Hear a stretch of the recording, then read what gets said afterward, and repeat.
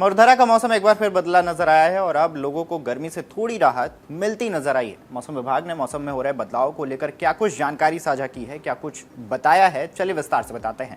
नमस्कार, मेरा नाम तन्मय है और आप देख रहे हैं अमर उजाला राजस्थान।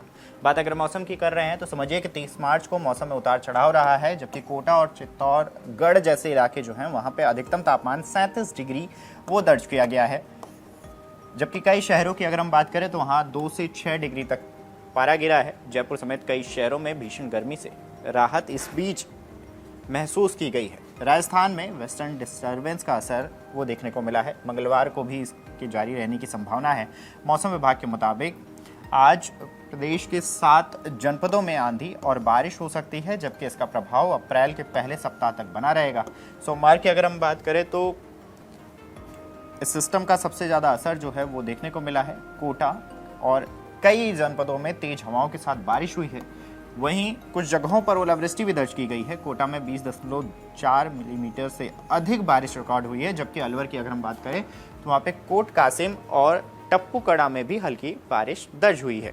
पिछले 24 घंटे की अगर हम बात करें तो अलवर, भरतपुर, धौलपुर, करौली, सवाई माधोपुर, कोटा, बूंदी, बारा, झालवाड़ और टोंक जैसे जो इलाके हैं वहाँ पे और इसके साथ ही जयपुर और अजमेर के कुछ हिस्सों में भी बादल छाए रहे हैं और कई स्थानों पर बारिश वो देखने को मिली है।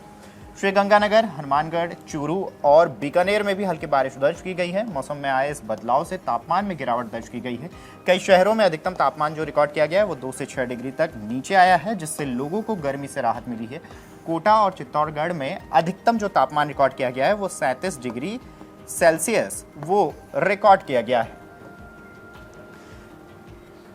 मौसम केंद्र जयपुर के मुताबिक अप्रैल की जो शुरुआत हुई है उसमें भी बारिश के साथ होने की संभावना वो जताई जा रही है। यानी कि जो अप्रैल की शुरुआत है 1 तारीख से बारिश तेज हो सकती है कई इलाकों में, इसकी संभावना जताई गई है। हालांकि अगले 2 से 3 दिनों में अगर देखें तो इस सिस्टम का असर धीरे धीरे कमज़ोर पड़ सकता है, जिसके बाद फिर से तापमान में बढ़ोतरी वो नज़र आ सकती है। बीते 24 घंटों की अगर हम बात करें तो प्रदेश के कई शहरों का जो अधिकतम और न्यूनतम तापमान है वो इस प्रकार रहा है। यानी कि कोटा और चित्तौड़गढ़ में अधिकतम जो तापमान रिकॉर्ड किया गया वो 37 डिग्री सेल्सियस दर्ज किया गया है, जबकि बाड़मेर में 36.4 और 12, करौली और प्रतापगढ़ में 35.9 डिग्री सेल्सियस तापमान वो रिकॉर्ड किया गया है। जयपुर में जो अधिकतम तापमान रिकॉर्ड किया गया वो 33.7 डिग्री सेल्सियस और न्यूनतम जो रिकॉर्ड किया गया वो 24.7 डिग्री दर्ज हुआ है।